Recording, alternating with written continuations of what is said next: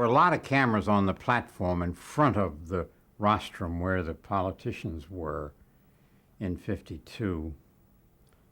But the networks decided that they better have somebody who knew a lot about Washington politics and who'd been a director and so forth and so on to do this. And the three of them, the three vice presidents, called me together and said, "Will you do it?" I was scared to death. And I said, "Yeah, I'll do it."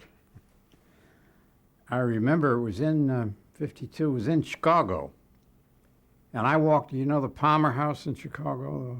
It's a hotel. It's probably, might be gone by now. I remember walking around it 3 or 4 times before I had the nerve to go in it and check in. Because, you know, by that time there were a heck of a lot of television sets in this country. Doyle had opened up, a lot of things had opened up. Sports had opened up television. But after about the first half hour, I was home. We had 2 cameras on the platform, 2 on the way back on either side of the loge seats, and 2 at the forefront of the loge seats, and 1 close-up camera, small camera, the smallest we could get up on the podium so we could look at the upcoming guests. And everybody took a feed from me.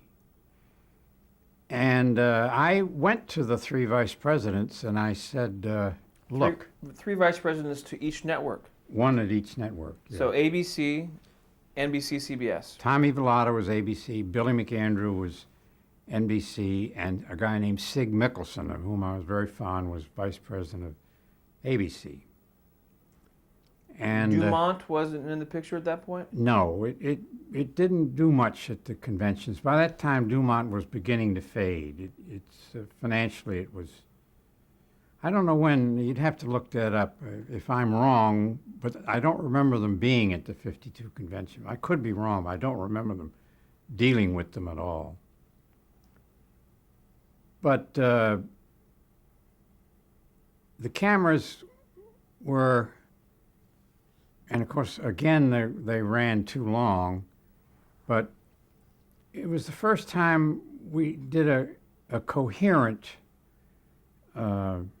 coverage. And I made a policy of the 3 vice presidents. I called them all, and I said, look, if you've got special requests for a certain thing, if you want the delegation from such and such a state, or you want this certain person, you want Adlai Stevenson, or you want this, just call me up, and I'll tell the others I'm going to this because ABC wants it or NBC. It was, you know, it was, everybody had the same privilege.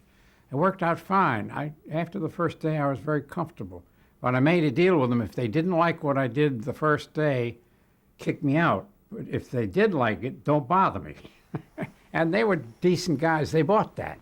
Because you can't have a lot of people telling you what to do. Only one guy can run a thing like that. So it worked out very well. I liked it, and they liked me, and that's why I did '52, '56, and '60.